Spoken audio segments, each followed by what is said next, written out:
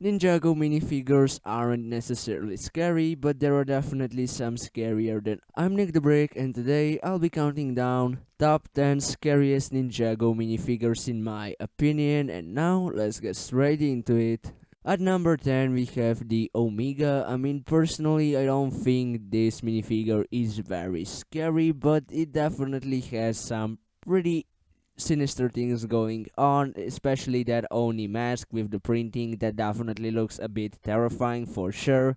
With the shaping and everything, it definitely looks a little creepy there.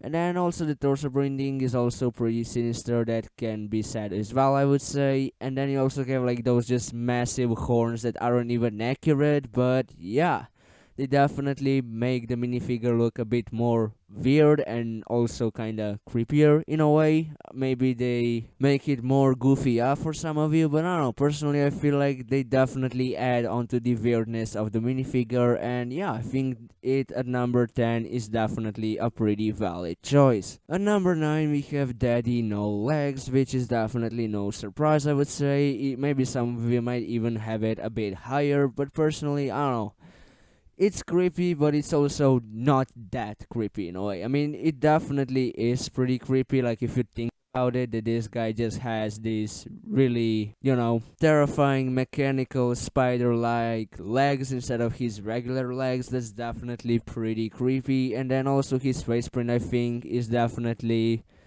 pretty scary as well. And yeah, I mean, the rest, obviously, I mean, just the overall shaping of it is definitely scary. And yeah, I definitely think it deserves to be on this list. Number 8, we have the Possessed Lloyd. Some of you might definitely want to see this one higher, but I don't know. Personally, I feel like the design is actually more like badass and cool than actually that creepy.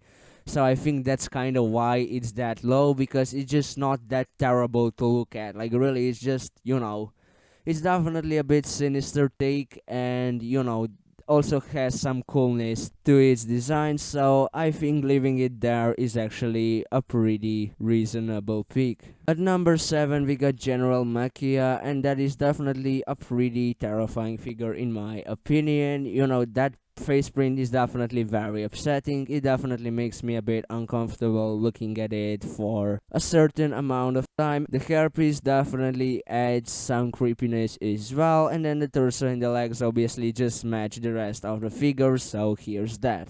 At number 6, we have Ultraviolet with the Oni Mask of Hatred, and I think this is a pretty similar case to the Possessed Lloyd, which obviously has a badass design, definitely some cool things added to the look itself, which doesn't necessarily make it as creepy. But why I put this one higher is actually because of the Oni mask itself, and that one is definitely very creepy, no denial there. So yeah, overall, definitely a pretty creepy figure there, that's for sure. At number 5, we got Legacy Knuckle, and I think the main thing is that, like, just all Skullkin legacy form look pretty cursed in my opinion, at least to some extent, but like this one is definitely just over the top, especially with the missing eye on the side and the mohawk. It actually creates a pretty creepy look in my opinion, and yeah, I just think these are actually pretty cursed figures. Definitely some legacy remakes don't turn out as good as people would wish. Number 4, we have an even more severe example of that, which is Legacy Lesha.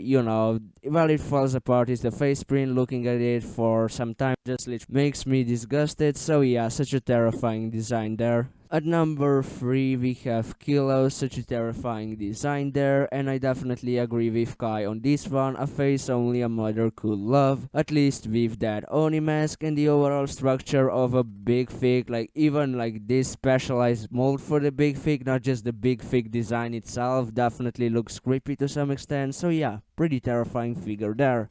At number 2, we have Bricktober Harumi with the Mask of Hatred. Now you're probably wondering, why is this one so much above the Ultraviolet with the Mask of Hatred? Well, many things. At first, this mask has a specialized printing that has like this very sinister smile on it, which makes it a lot more creepier in my opinion, and then torso and the legs are much creepier as well, especially considering that Harumi has a gray face underneath. I think that is also pretty creepy, and yeah, overall with just this look, it definitely creates a pretty terrifying design, and even in the show, like what she does to Lloyd and everything in this form is all just very terrifying. And what I think is undoubtedly the scariest Ninjago minifigure has to be the Legacy Overlord. I really have no idea what were the designers thinking designing this guy. I mean, personally, don't get me wrong, I love the figure myself, I love the creepy look, but like, it's just not accurate at all. They didn't even try to make it accurate, they just decided to make this a big monstrosity to appear in children's nightmares during the night. That's basically all to it. I think like that face paint is just something